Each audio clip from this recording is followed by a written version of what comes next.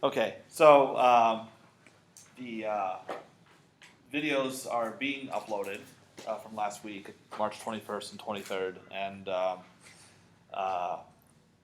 so a lot of them are already up. Just the links aren't up yet, but I'll get those going shortly. Um, okay, now Dr. Tian covered 5.3, 5.4, and started 5.5. Um, but didn't finish it. And I'm just making a decision to just continue, not bother the rest of that section, since you got the main idea across, and then just start at chapter 6. So therefore, I will not assign problems from 5.5. I have picked up problems for the rest of chapter 5. So chapter 5 homework is up. Yeah. So like I picked 5 problems. They're all listed there, and it's due April 6th. Okay, thank you for somebody checking out already and reminding me. I was rechecking the numbers of homework 4. That's what, oh, wow, homework 5 is already up. That's how I know. Ah, okay, yeah. Yes. So, all right. Oh, right. Forgot that you were going to be here today. So I haven't actually done anything yet. So, okay. So hopefully by tonight we'll be completely caught up with video upload. Those of you who are in 461, 560, well, 561, it'll take a little longer, but it's coming. I'm acquiring those videos now. Okay. So actually, we're going to continue with the chapter 5 got into separation of variables, and we're going to continue with that, but get more into eigenvalues and eigenfunctions. Is there cookies going around the room? I mean, I thought it was just, like, Okay. go silently and that. But, yeah. Yeah. Okay. What is it? Oh, the table's turned. Literally. This is really annoying. Okay. You Whatever. can turn it. It's bad. What? You can turn it back. I know, but. We'll wait. And hopefully whoever turned it in the first place will leave it there. Okay, now the room feels more normal. Okay.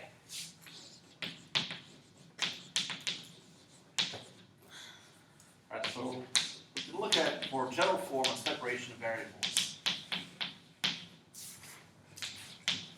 And actually, I might not have all that much to cover today. I mean, I have 4 pages of notes.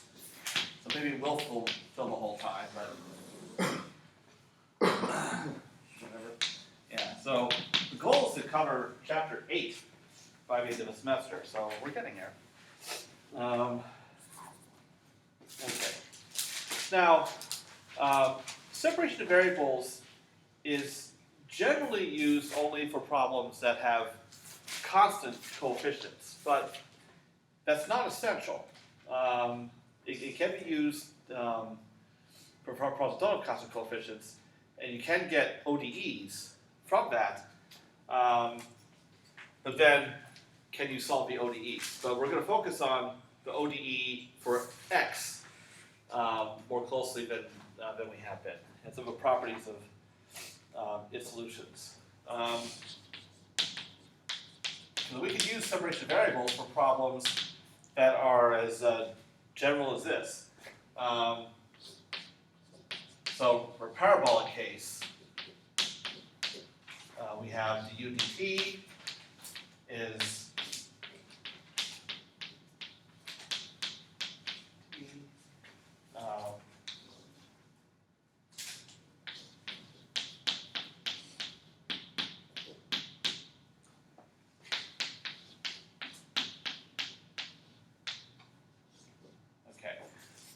so we have variable coefficients R, P, and Q that depend on X, and then we also have coefficient M that depends on T, and this is on some interval AB.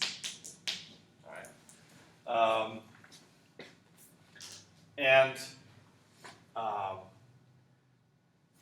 so the problem this is often used for is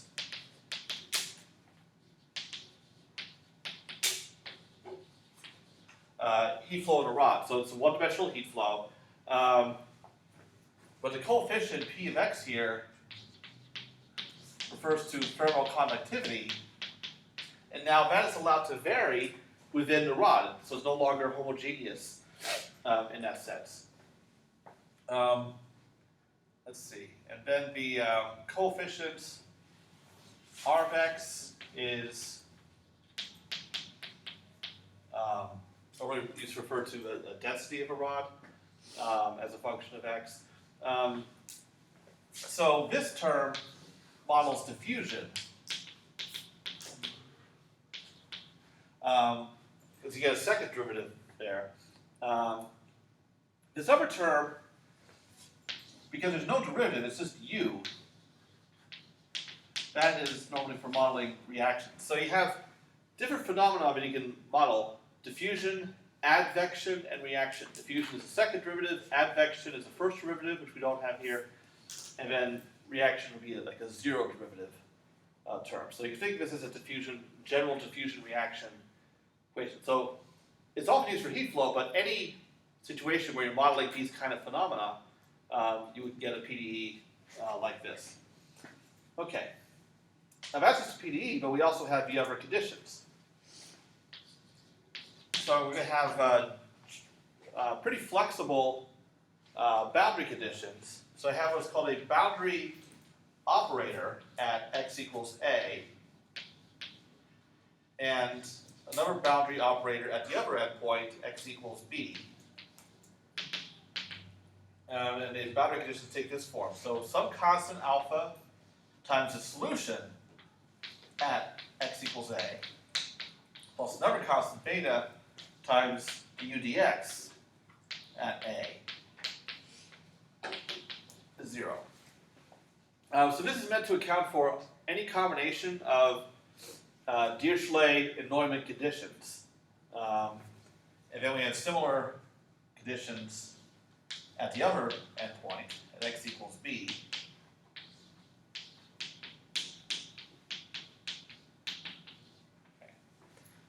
And all this is for all positive t. Okay. And finally, initial condition.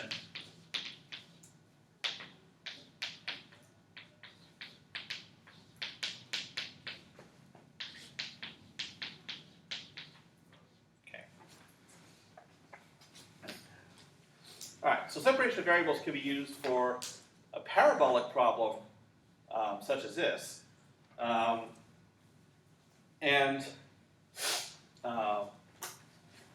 Or we could use it for a similar problem where the PDE is going to be hyperbolic instead.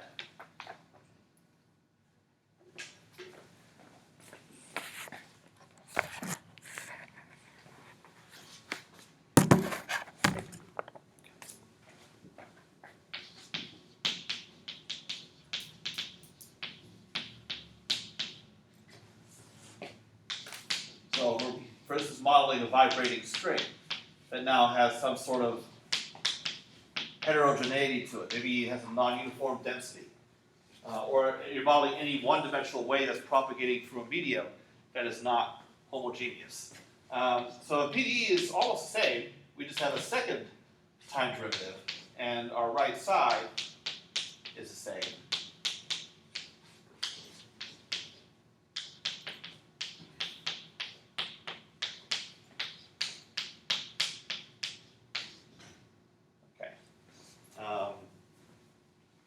So this is just a more general version of the wave equation. Oh, there's the first typo in the notes. I messed up my LaTeX there.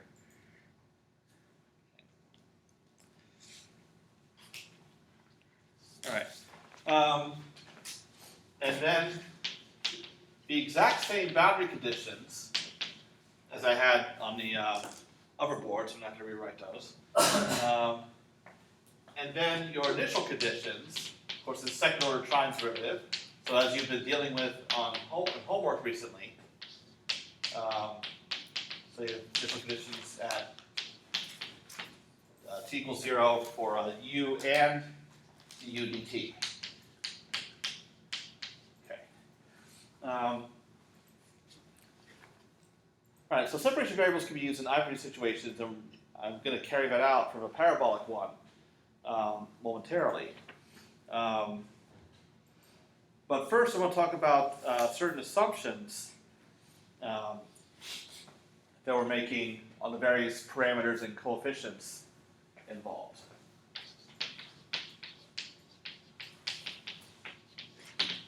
Okay. So first,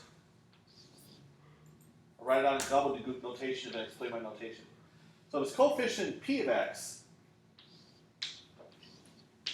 is in C1 of AB. Now, this notation we've actually seen before. I don't suppose anyone in this room remembers what it means to be. What is the set C1? One's continuously differential. Yeah, continuously differentiable. So in other words, what we're saying is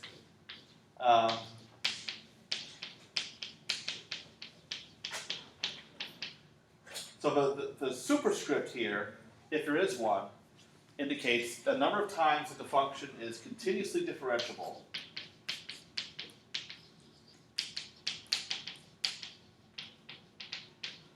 on the domain as specified in parentheses. So in this case, the interval AB. Okay. We also assume that P is positive on this interval. Otherwise, you can get non-physical behavior. Like in the parabolic case, your solution may have exponential growth in temperature change rather than exponential decay. Okay. All right, so that's our first assumption. The other functions involved Q and R.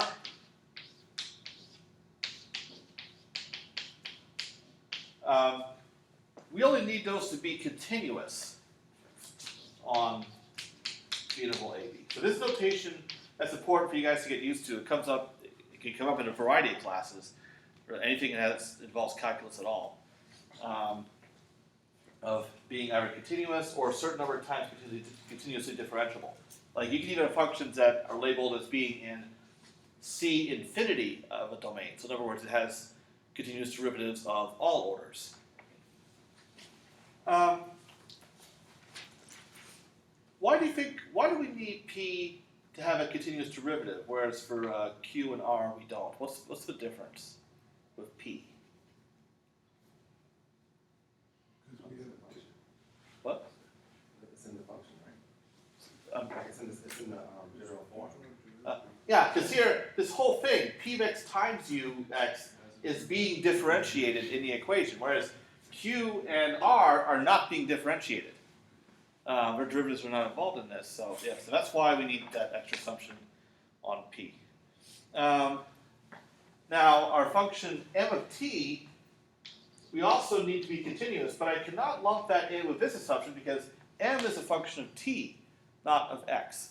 So I'd specify a different domain. So m is a set of continuous functions on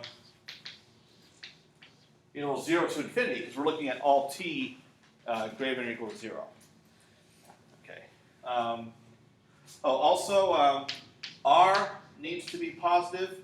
It often refers to a physical quantity that's meant to be positive, such as density. M also needs to be positive. Otherwise, you get these solutions that physically don't make any sense. Okay. So these are the assumptions that we have to make on the coefficients. We also have assumptions about the parameters and the boundary conditions, because we have these four constants: alpha, beta, gamma, delta. So what do we need to know about them? So the way we're going to describe this mathematically is quite non-intuitive.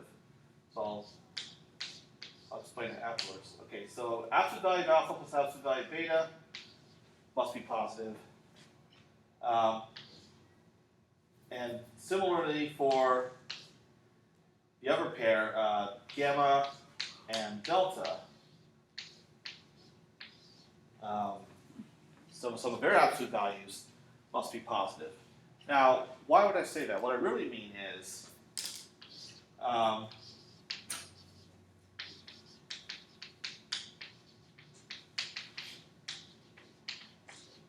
alpha and beta are not allowed to both be 0. One of them has to be non-zero. Similarly, gamma and delta, one of them is allowed to be 0 as long as the other is not. Okay. Actually, this is the way the textbook phrased it. What is another condition? What's another way to describe this? Alpha and beta. Well,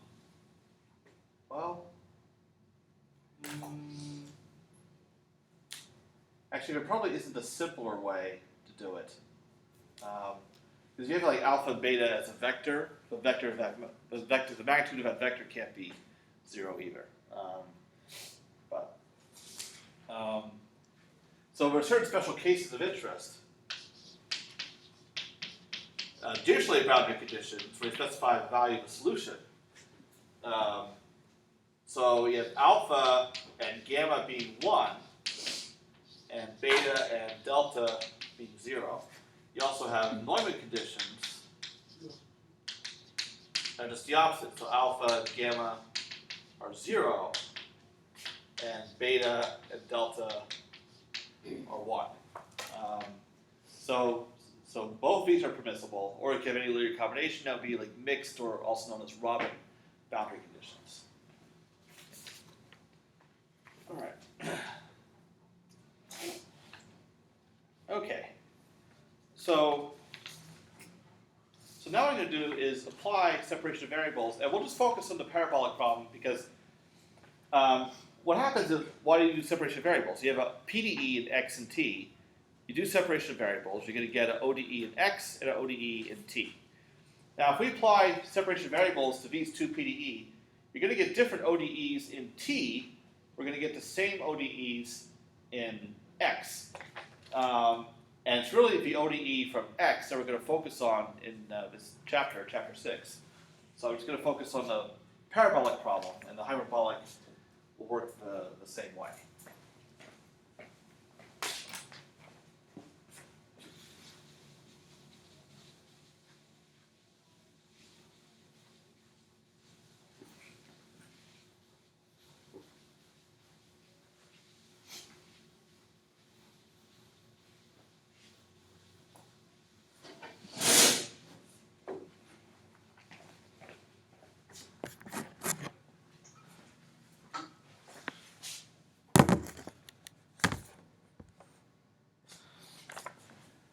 Okay.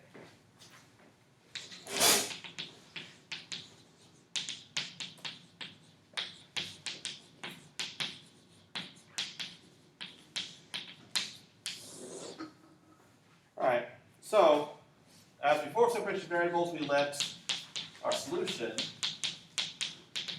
equal product of a function of x times a function of t.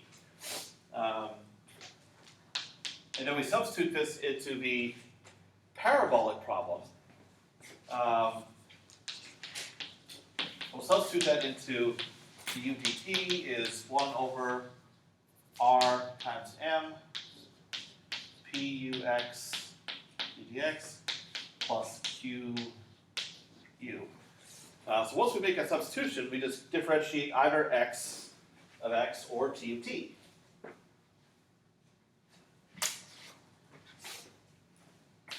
What we get is, on the left side, we're going to have x t prime, and then on the right side, we'll have p x prime t, and then we differentiate all that with respect to x. And in fact, t depends only on little t, so I can pull that out of a differentiation. And then q is equal to u is equal to x plus t, x times t. Okay. So this is what separation of variables gives us, it's differentiating the appropriate thing. And then I'm going to divide both sides by xt. So on the left side, the x's will cancel, we'll get t prime, and then I'm going to take m of t and move it to the other side. So it's going to be up top here. So we have mt prime over t. And then on the right side, we're going to have p x prime prime. This t will cancel. And we have a q up top. The x and the t will both cancel because we're dividing by xt. And I have rx down below. Okay. Now, this expression depends only on t. And this expression depends only on x. Now, in both cases, you have coefficients depending on t and x, but the point is the variables are separated. So, the only way that this can hold when these depend on different independent variables, t and x, is that they're both equal to a constant. And we call that constant minus lambda. I have a question. Going to a square, or are we using? What? Sorry, what? Oh, I think in 517 it's done, but Oh, okay. Sorry. what? Where's the R on the left side when you multiply it over? When you multiply the RM on both sides? Oh, no, I only moved the m Oh, and I that's left where the you're r there. pointing at the R. I mean, pointing at the M. Oh, okay. Okay. You're threw me off. Alright. Okay. All right. So now, since each one of these individually is equated to minus lambda, I get these ODEs. So for t, I have mt prime plus lambda t 0. Okay. But that's actually the ODE we don't care about in this chapter. And if this was the hyperbolic problem, you do the same thing, except you'd have capital T double prime. And then for the ODE in x, we're going to have px prime prime plus qx plus r lambda x is 0 on the spatial domain. Now, the boundary conditions have to apply to this. So we have the boundary conditions at x equals a must be satisfied, and the boundary conditions at b must be satisfied. Okay. So this is a problem that we're actually going to focus on for this entire chapter. It is called a Sturm-Liouville problem.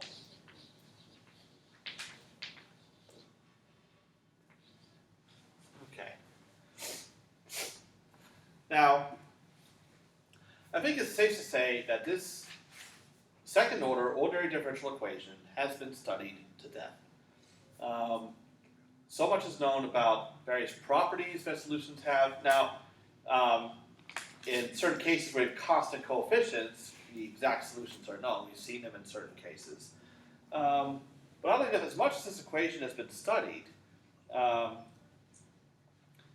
for case of variable coefficients, we still don't know the solution, except in certain special cases. You can always try solving it numerically, of course, and I've tried to make some strides to come up with analytical formulas for approximate solutions for given variable coefficients like P, Q, and R.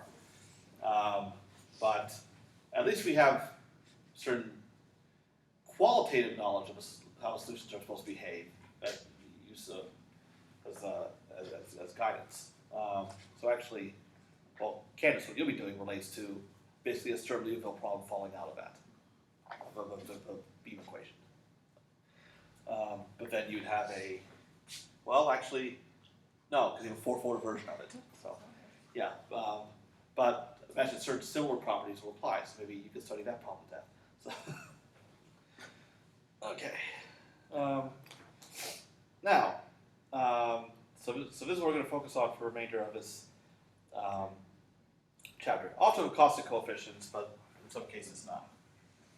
Okay.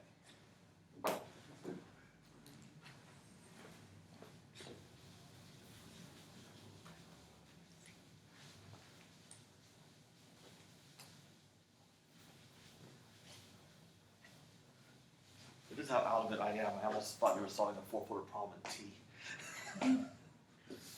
It would be interesting, though. I'm not sure where it would come from physically, but I mean, the third derivative of time is not, well, that has a physical meaning. But, well, that, like, dA over dt, yeah, like, they call it, like, the jerk or something? yeah, yeah, Okay. yeah. But but even in that case, I'm not aware of a physical meaning for the fourth derivative. Well, it might have one. What? Well, dJ over dt. Yeah, yeah, well, yeah. But besides that.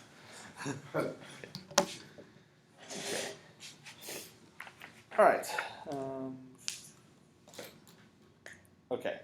So now to focus on generic Sturm-Liouville, and I want to emphasize it is Liouville, not Louisville. Not just spelled the same. Okay. So our generic Sturm-Liouville problem is, so it's referred to a solution as V.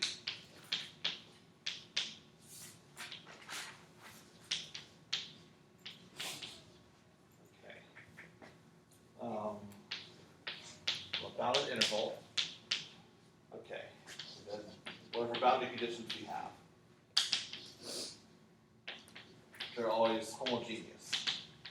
And this is a homogeneous ODE too. Okay.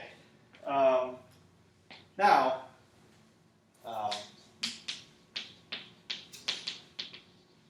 a non-zero solution, V, is called an eigenfunction.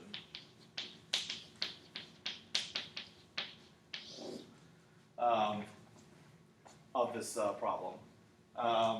And when that happens, it happens for a particular value of lambda, of course. And lambda is referred to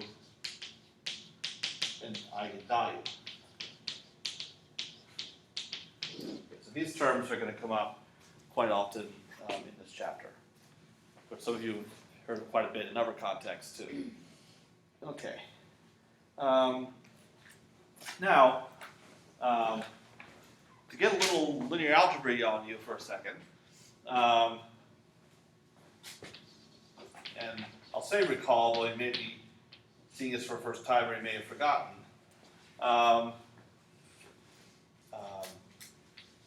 If you're dealing with a general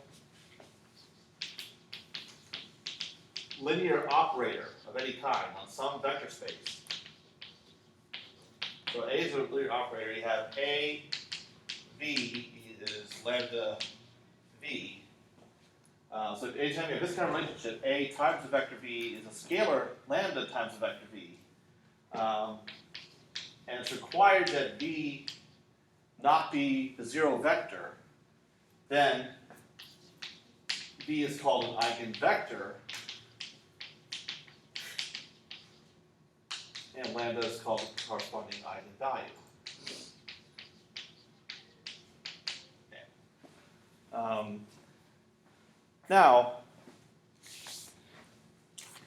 if lambda is an eigenvalue, then there has to be at least one eigenvector that goes with it. But then you could take any multiple of the eigenvector, and it's still an eigenvector. But you may have more than one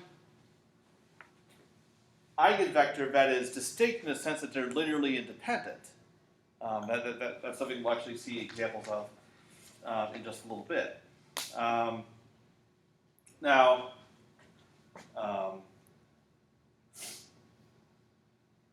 so the point I want to make here is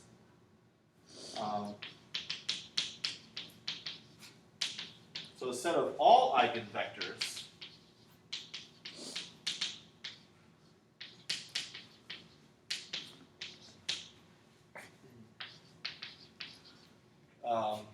eigenvectors of A for a particular eigenvalue lambda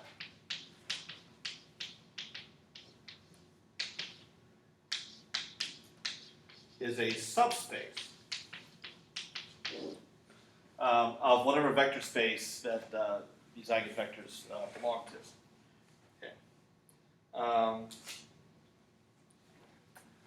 Now, subspaces, they're closed. If you add any two vectors in the subspace, it's in the subspace. If you multiply by a scalar, it's still in the subspace. Where else have you seen the concept of closure? Most of you probably seen it recently in another Modern algebra. modern algebra, where you talk about groups and subgroups being closed. So a similar notion of closure, but it's defined differently for this particular case. Because here, in vector spaces, we have closure with respect to two operations, addition and scalar multiplication. Okay. And the dimension of a subspace, which actually is often informally referred to as an eigenspace, is equal to the multiplicity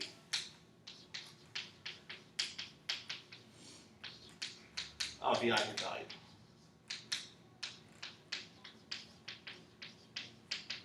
And furthermore, just to get the terminology down, if the multiplicity of the eigenvalue is just 1,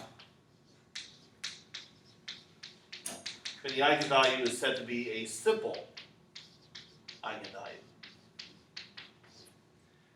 And perhaps the reason why it's called simple is that when you have an eigenvalue with multiplicity greater than 1, certain complications can ensue. You may have multiple eigenvectors that go with it, or you might not, actually, in spite of the multiplicity. You may have eigenvalues that are considered defective. So eigenvalues of multiplicity greater than 1 are quite a headache to deal with, both analytically and numerically. So when they say simple for a multiplicity 1 case, they really mean it. Okay. Now, a couple examples that have been dealt with from a previous chapter for separation of variables. I'll go over quickly, and then we'll get into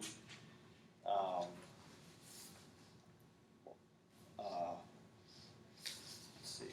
So then we'll get into some other examples. Okay. All right.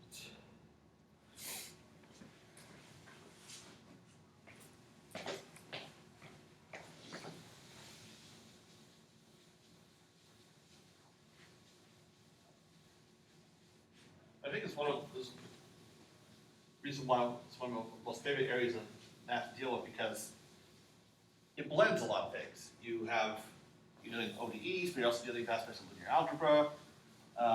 There's a lot of cross-pollination going on.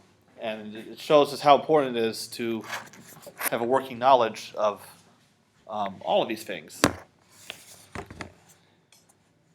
There's an idea of closed in topology as well, right? So Yeah. Closed space, like. Well, I guess dealing with like similar to open and closed sets, basically. Yeah. Yeah. And, Connected, not connected. You cannot find like some. Well, connected is different, but in a closed space, like. yeah. Like, Although that's a very different notion of closure. Yeah. Because it's not with respect to a particular operation, per se, like addition. Okay. So some of the most common examples of Sturm-Liouville problems.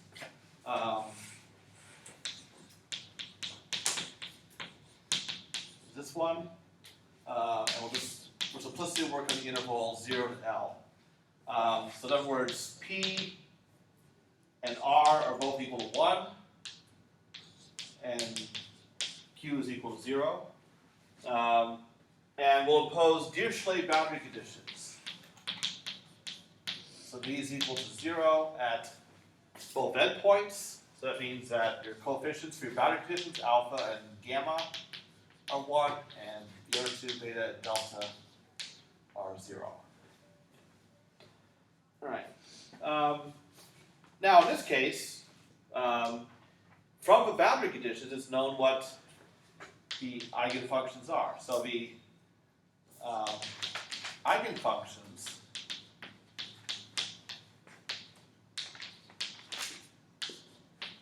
I'll label b sub n of x is sine n pi x over L for all the positive integers.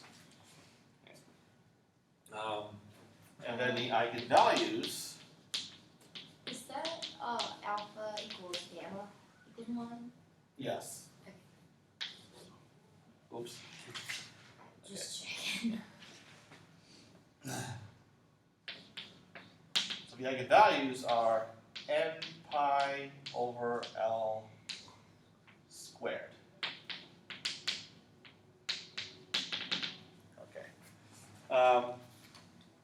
And you can see why, because if you look at this ODE, just the ODE by itself, and forget about everything else, the general solution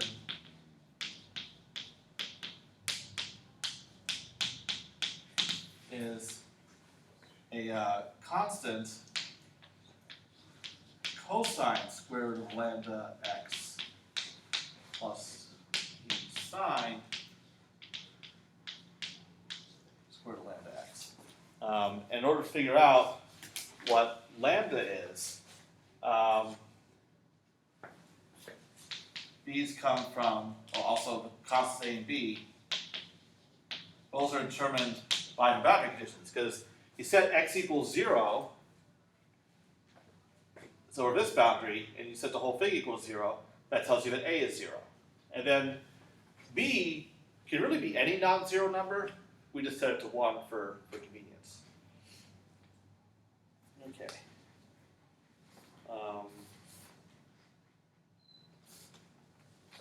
Now, so what happens in this case is all the eigenvalues turn out to be positive.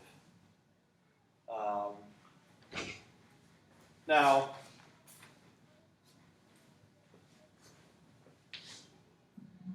why do we not get negative or 0 eigenvalues? If we allow that to happen,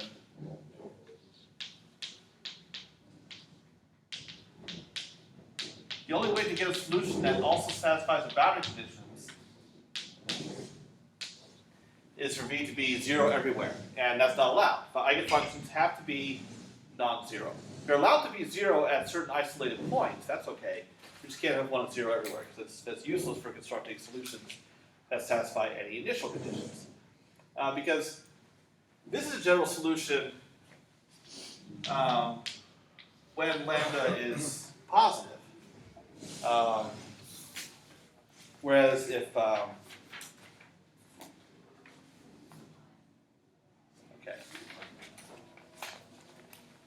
actually,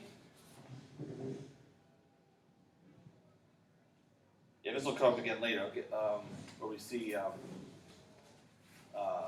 cases where lambda is less or equal to 0, then we get different solutions. Because if lambda equals 0, then our general solution is a linear function. But the only way that could be 0 in the boundaries is for the whole thing to be 0. And if lambda is negative, then we get a combination of Koch and Sich. And the only way to make that satisfy boundary conditions is, again, to have a whole thing be 0. Okay, so this is a case where you get Dirichlet conditions, we get sine, or for when you have constant coefficients.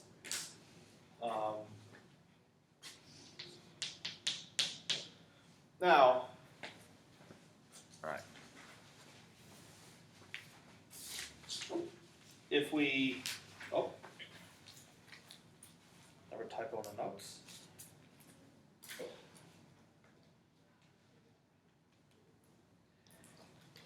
If we have the same PDE,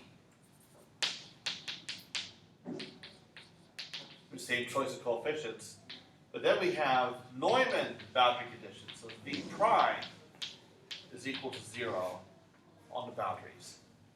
You have the same general solution to work with, but then you impose these boundary conditions.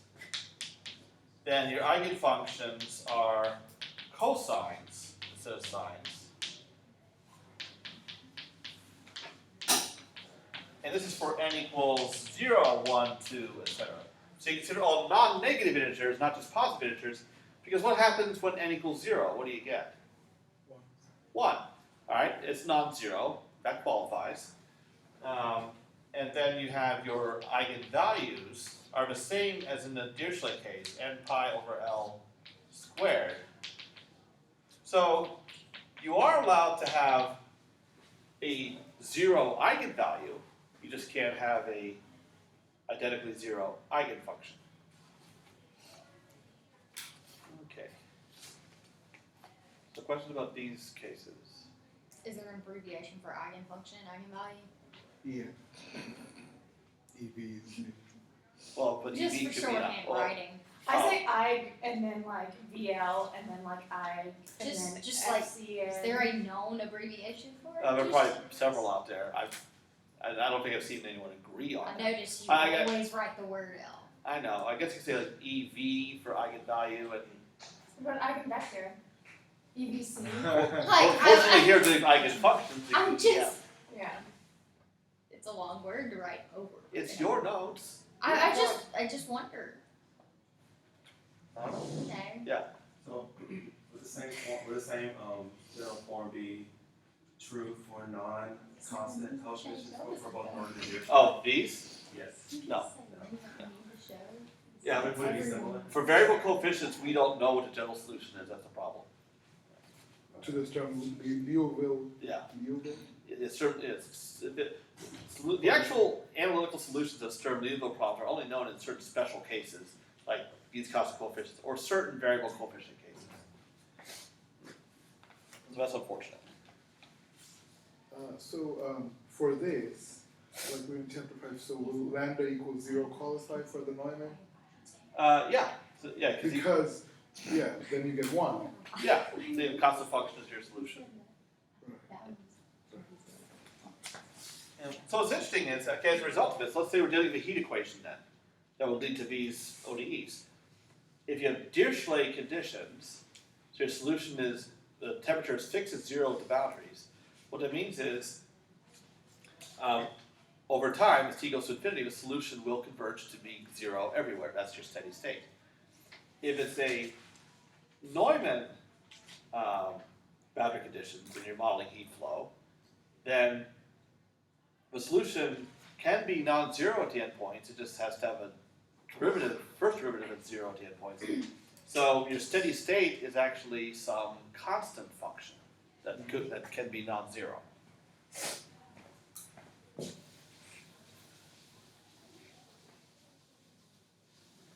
So boundary conditions make a big difference for the solution. Now, a lot of times if you're solving an equation on a large domain and you don't really want to deal with boundary effects, then the boundary conditions might not matter so much. A lot of times that's where you use like periodic conditions or maybe Neumann conditions so you don't have strange behavior from a boundary. Like for a wave equation, if you have Dirichlet conditions, you do get strange behavior because you have waves bumping into the boundary and then they reflect back. So a choice of boundary conditions should be physically reasonable based on whatever problem you're solving. Unless it's something where you have your initial data only significant in the interior of your domain and you don't expect anything to propagate out to the boundary for as long as you're solving the equation, then it may not matter as much what boundary conditions you use. But It's something you have to think about when you're setting up your problem. Okay. Like for instance, your problem, I'm trying to make it a non-issue. So, okay. Now, suppose we have a general second order linear homogeneous ODE. Well, after I've added on all these adjectives, it probably doesn't sound so general anymore. So I'll define a differential operator M, which is just defined as A of x v double prime plus b of x v prime plus c of x times v is 0. Suppose you have a general second order ODE like this. This is not a Sturm-Liouville problem. However, it is always possible to transform it into a Sturm-Liouville problem as long as we have this assumption that A is positive. Okay. All right. So what we do is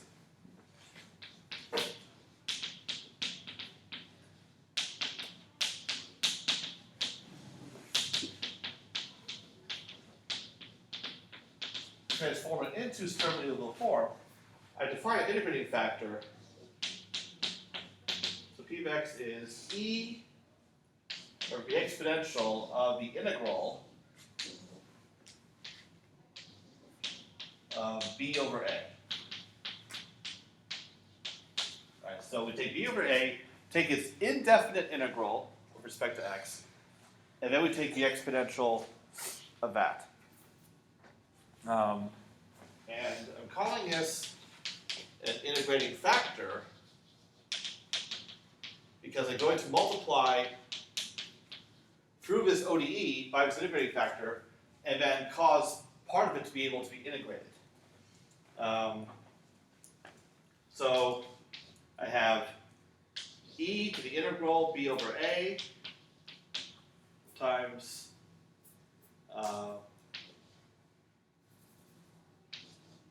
a b double prime plus e to the integral b over a b d prime plus e to the integral b over a c b is 0. And then I'm going to divide both sides by a. So I have a down here, and then this a is gone over here. Okay. Now, what I can do with this is I can condense these two terms because basically it's a product rule in reverse. So this is the same as e to the integral of b over a times v prime, and we differentiate all of that. And the reason for that is, what happens when you differentiate this? But first, for one term, you only get v double prime, and you leave this alone. That gives you this term. For the other term, you leave v prime alone, and you differentiate this exponential. But You get the coefficient to come down. yeah, e to the integral of b over a prime is the exponential times the derivative of the exponent. Which is just zero. Yeah, so just like how we dealt with integrating factors in ODEs. Did you intentionally not write the little dx after the b over a and all the little integrals? Or I just forgot. oh, okay. I thought maybe you didn't and I missed something. Yeah. Yes, I'm being very sloppy here because I should also note that b and a are functions of x. But I've already written We that. already know. Right. Yes. I just thought maybe Okay. I was dumb and missed something. And then you still have the rest of this. Plus c over a e to the integral of b over a dx times v is 0. So now, this is a Sturm-Liouville problem.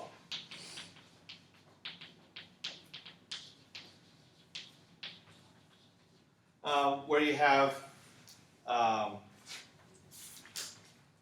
P is, well, the way I define it is its integrating factor, e to the integral of b over a dx. And then Q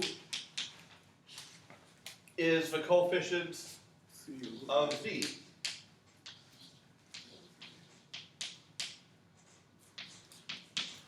We don't have an R, so you could say that, well, except that, actually, maybe the best thing to do, well, okay. You could think of this if you want as, The Q plus R lambda. yeah, Q plus R lambda is that. I mean, because to answer our original problem, maybe you should still have some sort of eigenvalue in it as a parameter. Yeah, so this allows them even most flexibility as to decide what is Q, what is R. Okay, so the point is any second order ODE can be transformed into Sturm-Liouville form just by plotting this integrating factor. Okay. Now, just a quick point. I gave some assumptions earlier to coefficients, P, Q, R, also boundary conditions, alpha, beta, gamma, delta. So when those assumptions are satisfied, that is called a regular Sturm-Liouville problem. You can have cases where most of those assumptions are not satisfied, like maybe P is allowed to be 0 at certain points,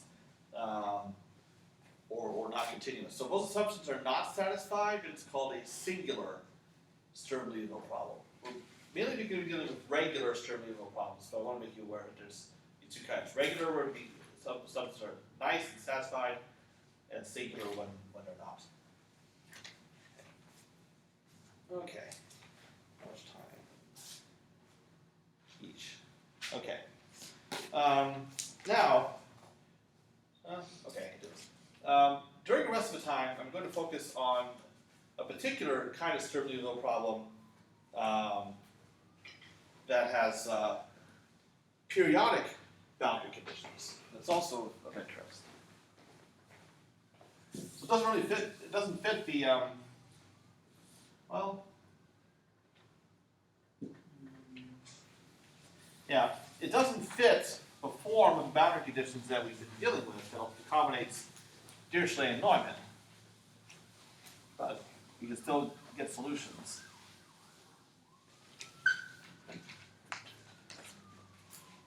Okay. Hold on. Did I forget to have a Yeah, what? I think you forgot to take. Thanks It's for Monday. And thanks for telling me, everybody. I don't know I if it was only that first. My time video or- responsibilities were last week. Yes. Right, Okay. This still affects two people, even though one of our TV viewers is here. we better hope that that was the only time that. I'm pretty sure it was the only time. You definitely switched it once. Well, He's moved more than once. I know, I'm just saying, I remember you doing it at least once. Okay. So it hasn't I'm been pretty sitting there sure for a he's while. switched it every time, but Yeah. okay. So, recap for those of you watching at home. Oops. And I guess I bet you guys were yelling at your computer saying, switch it, switch it, switch it. So, all right, well, I could just say, here it is, but it's also in the notes. But a very quick recap, so the still numbers to cover. Any second order ODE of this form, as is written on page 3 of the notes, can be transformed to Sturm-Liouville form using this integrating factor based on your coefficients A and B, because when you multiply through by the integrating factor and you divide through by A, so notice the A is down here, then you take advantage of this relationship that the derivative of the integrating factor is itself times b over a, which notice we have right here. So then apply the product rule in reverse. If you carry out this derivative using a product rule, you will get exactly these first two terms. That's why the integrating factors is set up that way by design. Just like the integrating factors you saw in your first differential equation class, these first two terms condense into this. So now this problem is in Sturm-Liouville form, where this is your P, and this is your Q plus lambda R. You can decide what is Q and what is R from there. And now it's in Sturm-Liouville form. Sorry, I'll try not to do that again. Well, I've done it correctly most of the time, but yeah, I'm very out of it today. Okay, well that was fun. To recap all of that. And now I need to, okay, well, excuse me. They can always pause it if they want. That's, I know, Oh, okay. this feels weird. Okay, also have to remember to actually get out of the way so that when they do pause it, they actually see what they're supposed to see. When you move enough, I feel like that they could pause it then. I know, but you just never know. Okay. Now, periodic Sturm-Liouville problem.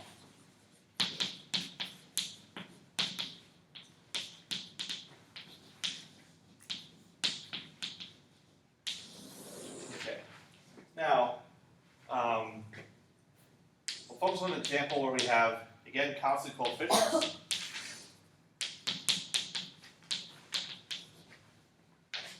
And we'll deal with the interval 0 to L.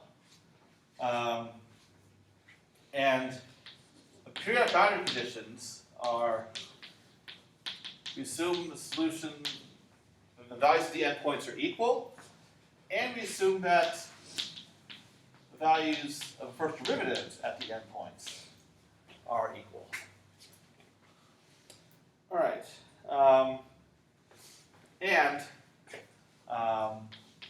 Because of periodicity, whatever solution you get can be extended to an L periodic function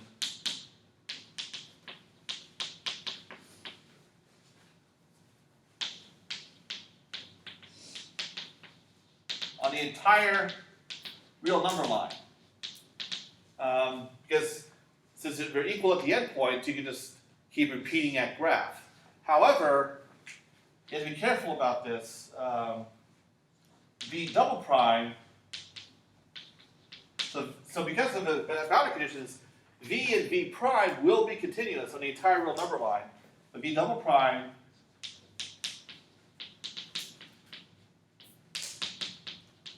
might fail to be continuous at integer multiples of L. So a function is L periodic, but every L where you have a boundary, so there might be a kink in the discontinuity of the second derivative, which results in a kink in the graph of the first derivative. Okay. Now, when we're trying to solve this ODE, V double prime plus lambda V, we have three categories of general solutions, depending on whether lambda is 0, positive, or negative. So if it's negative, then as I mentioned before, we get a combination of Cauchy and Cinch.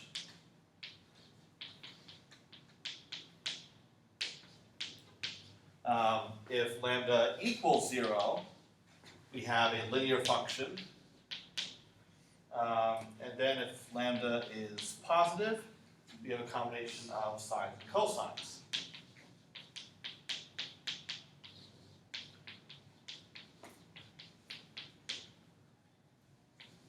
Okay.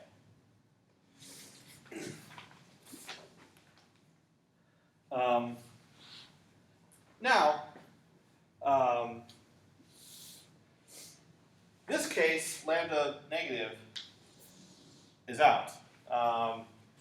Because the only way to satisfy periodic boundary conditions of a combination of Cauchy and Cinch is to have v equals 0 on the entire interval. That's not allowed. In this case, where lambda equals 0, because of x increasing linearly, that does not lead to a periodic function. So you're just going to get a constant lambda. So in other words, basically v equals 1 is your solution, and you can take any multiple of that. Then, if lambda is positive, then you can have this non-trivial solution that's a combination of the sine and cosine. But the thing is, what linear combination are you going to get? Well, that depends on your boundary conditions. Okay, so we'll take a look at what time I have left. Okay, I think I can pull this off. So for this case, so for lambda equals 0, you just have this one solution, or only one linearly independent solution, 1, or v equals 1. For this case, we'll take a look at what we get for the when you have to satisfy the boundary conditions.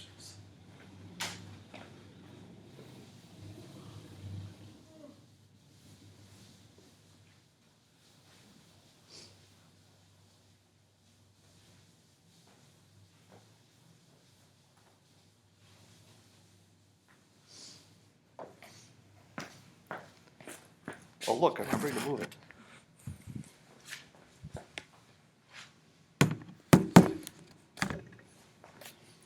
Okay. So, for the case of lambda being positive, we apply the boundary conditions. We have v of 0. So, plug in x equals 0 into that solution, the sine term goes away, and the cosine becomes 1. So all you get is alpha.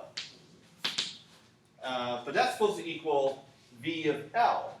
So that's going to be alpha cosine square root of lambda L plus beta sine square root of lambda L.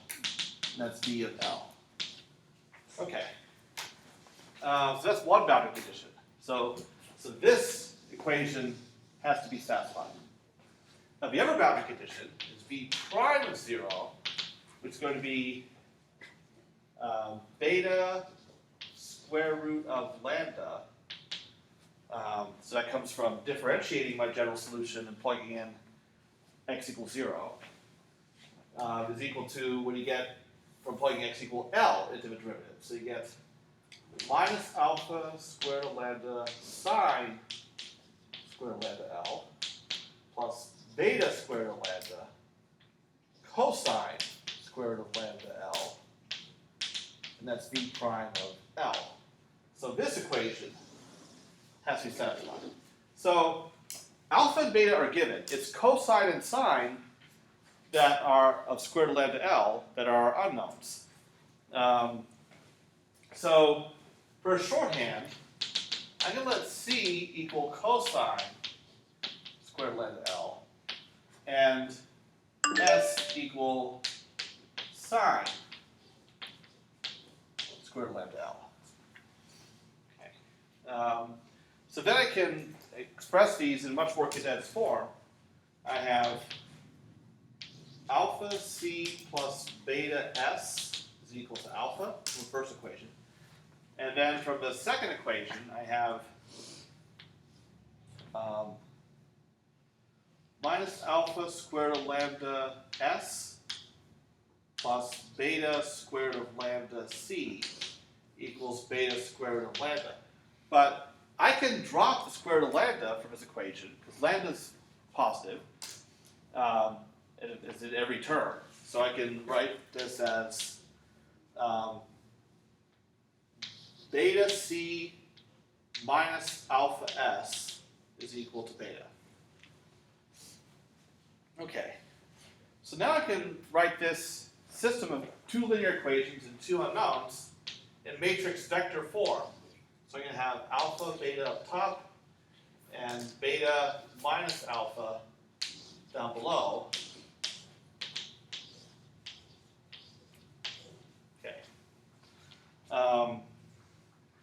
Now,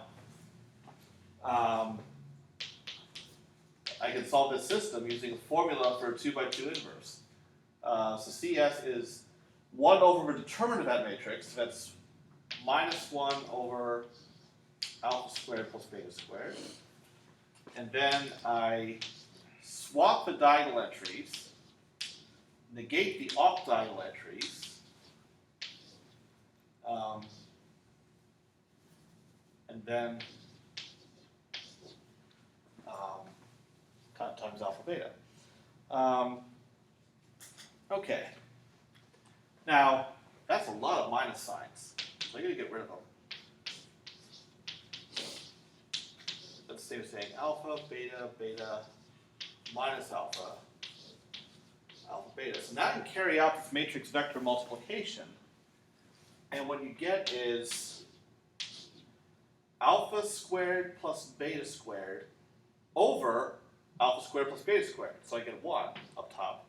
And down below I have beta alpha minus alpha beta. So I get 0. So, so that means that cosine of square root of lambda L is 1, and sine square root of lambda L is 0. So both those conditions have to be satisfied. Now, what angle satisfies those? Both. 2 and Yeah, any multiple, 0, 2 pi, 4 pi, etc., any multiple of 2 pi. So that means that square root of lambda L must be an integer multiple of 2 pi, which leads me to the eigenvalue, lambda sub n is 2n pi over L squared. So these are the, I'll use this abbreviation, EVs, eigenvalues. And then for the eigenvectors, eigenfunctions.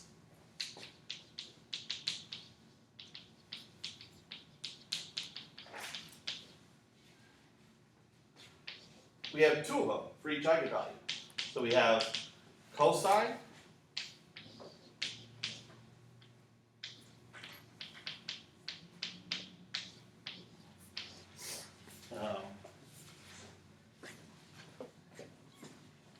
and then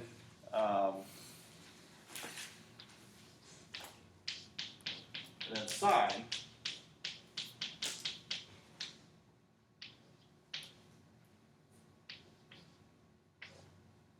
is for n equals 1, 2, etc., all positive integers. But we also have a 0 eigenvalue, and that leads to a 0 eigenfunction that's equal to 1. Okay. So what's interesting is all the non-zero, the positive eigenvalues have multiplicity 2, whereas the 0 eigenvalue of a constant function only has multiplicity 1. And this is in contrast to the Dirichlet and Neumann case, or those 2 cases. All of those eigenvalues have a multiplicity of only 1. Okay. So the periodic case definitely makes things more interesting.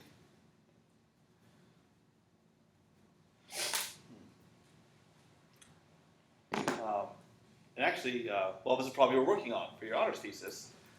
For a discontinuous coefficient, it was a Sturm Liouville problem. And you had this 0 eigenvalue, and then you had 2 eigenfunctions for each eigenvalue. Actually, the eigenvalues were different, but they were in proximate pairs because of the discontinuity. Yeah. So still multiplicity 1 case, but because of periodic boundary conditions, yeah, actually, yes, it's a very strange behavior, because that does not fall into this category.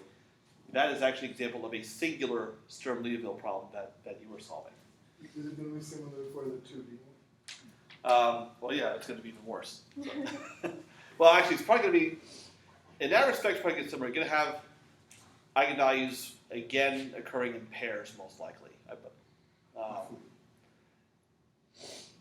Although, because you can write them in different paths in 2 dimensions. Right. You do a plane. She did a line, right? She like. Yeah. So Yeah. So we'll see. Yeah, you'll find out. I think I'm just about out of time anyway. Oh, 2 minutes. Yeah.